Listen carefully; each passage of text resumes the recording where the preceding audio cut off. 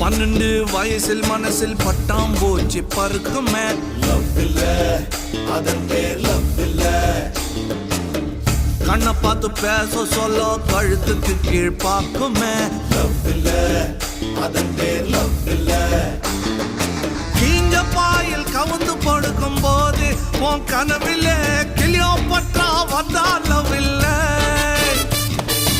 ஜவுளி கடை பொம்மைய பார்க்கும் போது உன் புத்திக்குள்ள கவுளி கத்தும் அதுவும் லவ் இல்லை.